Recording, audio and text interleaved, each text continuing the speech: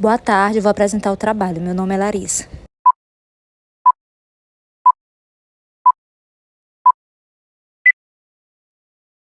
Então, vamos conhecer quem é o epistemólogo Japiaçu.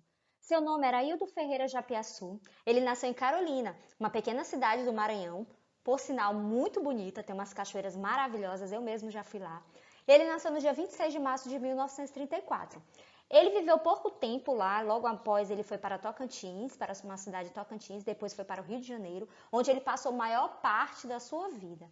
Ele é licenciado em Filosofia pela PUC-Rio, no ano de 1969, possuía pós-graduação em Filosofia, Epistemologia e História das Ciências, pela qual ele fez na França, juntamente com seu doutorado e pós-doutorado em Filosofia. Ele foi professor associado nos cursos de graduação e pós-graduação do Departamento de Filosofia da PUC-Rio, e em 1978 ele foi professor adjunto de Epistemologia e História das Ciências no Departamento de Filosofia da Universidade Federal do Rio de Janeiro. Ele orientou 20 dissertações de mestrado, 10 teses de doutorado, participou de 40 bancas examinadoras de pós-graduação e foi pesquisador do CNPq de 1987 a 1996. Foi tradutor de mais de 15 livros de história da filosofia, foi autor de inúmeros títulos sobre esse tema. Faleceu em casa, no Rio de Janeiro, no dia 27 de abril, aos 81 anos, em decorrência de um infarto. Japi, como ele era conhecido, ele foi frade da casa São Tomás de Aquino e ele celebrava missa aos domingos na capela Nossa Senhora das Graças, na favela Chapéu Mangueira, lá no bairro Leme, no Rio de Janeiro, esse bairro lindo aí pela qual vocês estão olhando.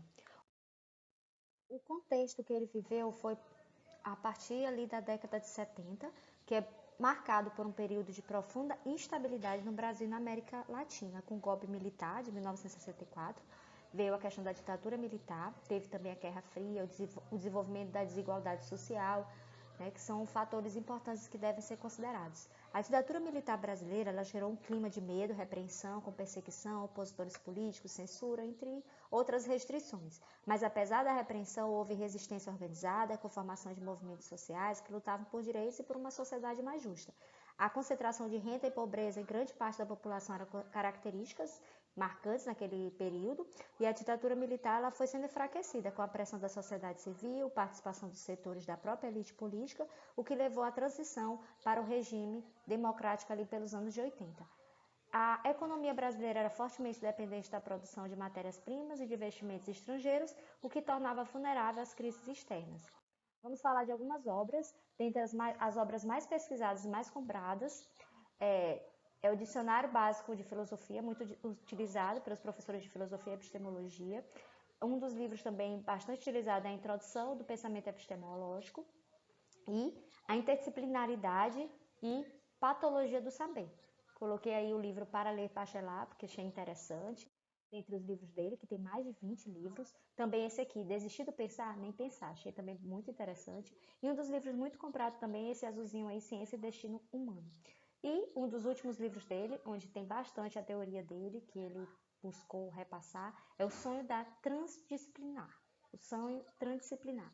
Né? Então, esse foi as suas obras mais destacadas.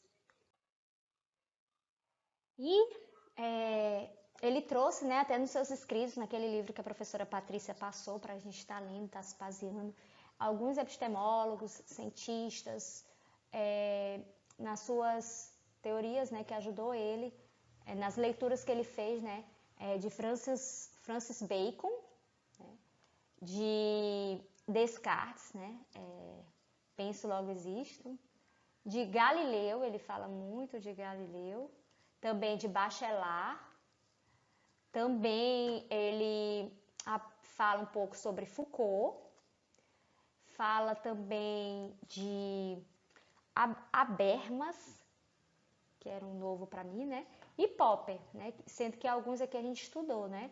Que foi o Bacon, Bachelard, Descartes e Popper, né? Nós estudamos esses epistemólogos aqui. E a teoria do seu central, né? Do seu pensamento, ele fala de algumas situações, né? São 3 especificamente. Ele fala da interdisciplinaridade, ele fala da transdisciplinaridade e de uma epistemologia crítica, né? Uma reflexão crítica. Essa é a teoria central aí do seu pensamento. Vamos começar pela interdisciplinaridade, né? Que é uma crítica a parcelamento do conhecimento.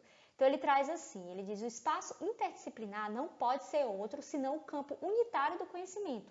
Jamais esse espaço poderá ser constituído pela simples adição de todas as especialidades, nem tampouco por uma síntese de ordem filosófica dos saberes especializados.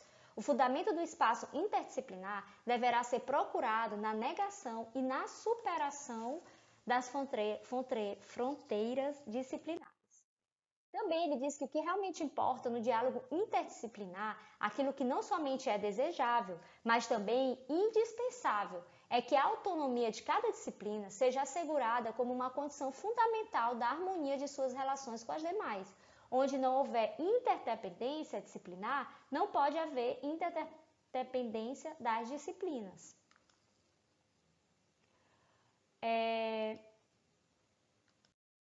Ele também disse que o interdisciplinar se apresenta como o remédio mais adequado à cancerização ou à patologia geral do saber. No entanto, na medida que a maioria das análises permanece superficial, os remédios propostos também não atingem o fundo das coisas. Ele falava sobre essa questão, do câncer, que eu vou até colocar aqui num dos seus documentários. E vamos falar também da outra teoria do pensamento dele, que é a transdisciplinaridade.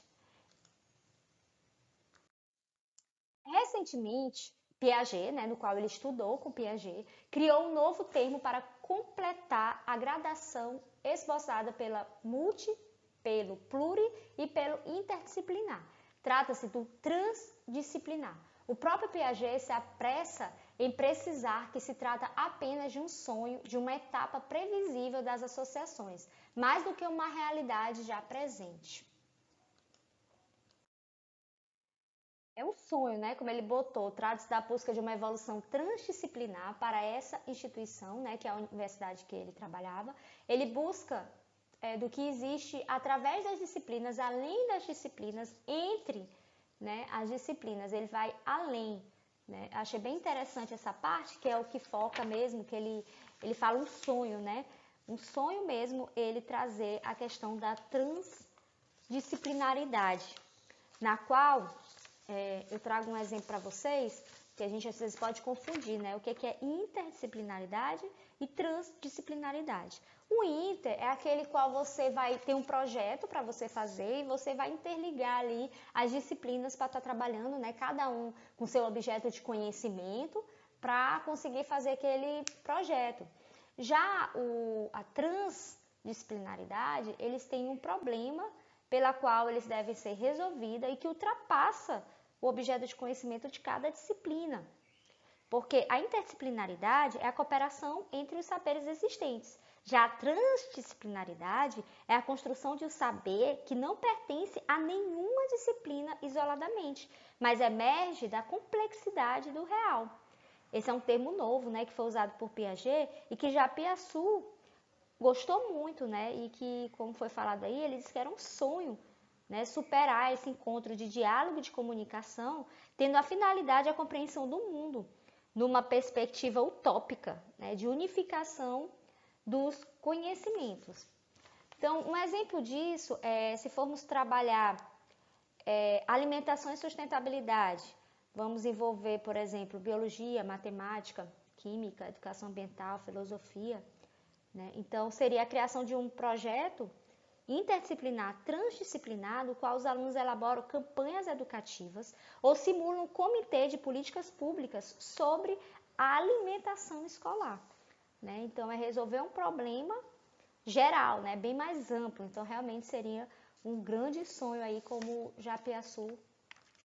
E o terceiro ponto seria a reflexão crítica, na qual nós nunca podemos parar de pensar, o tempo todo pensando, e o nosso pensamento também, tudo aquilo que a gente tem, não vale de nada se a gente fica só acumulando e não faz nada com esse nosso pensamento, com esse nosso conhecimento que a gente tem, E vamos falar A sua principal preocupação era com a transdisciplinaridade, que se distinguia, né, da interdisciplinaridade.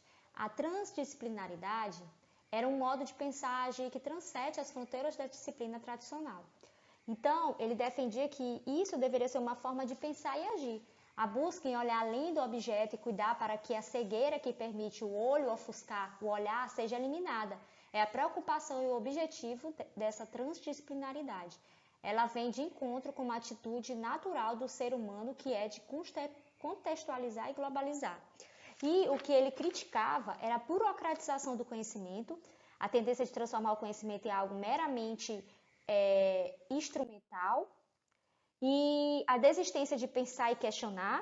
Ele incentivava a importância de perguntar, pensar, indignar-se, e a limitação das abordagens disciplinares. A sua crítica principal era que as disciplinas por si só não são suficientes para compreender a complexidade da vida humana e do mundo. E a influência, né, da sua obra na comunidade científica é significativa, especialmente na área da epistemologia e na reflexão sobre a ciência e o conhecimento.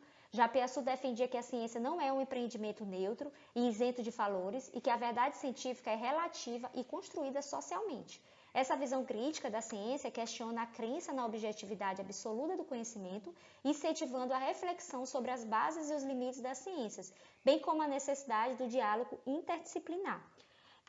Ele também contribui para a formação do conceito do professor pesquisador para o ensino de ciências, em que o nosso papel será destacar as implicações da história e da filosofia das ciências para o ensino de ciências, tendo como pano de fundo a evolução histórica da ciência e o percurso do conhecimento científico ao longo dos tempos. Da mesma forma, o meu querido Piaget dizia, escreveu o que está escrito, e eu perguntei para ele: o cientista que não tiver uma sólida cultura filosófica tem um câncer incurável. Eu perguntei para o mestre: posso dizer o contrário? Um filósofo, um teólogo que não tem uma sólida cultura científica tem um câncer em qualquer pode. Tentei dizer para os alunos anos, não fui ouvido. Não fui. Fracassei. Einstein dizia isso. Ciência sem religião é um aleijado. Religião sem ciência é cega. E esse é o mapa conceitual que vocês estão recebendo, para vocês darem uma olhada com os principais tópicos. E aqui são as referências bibliográficas e desde agora eu agradeço. Tenham uma boa tarde.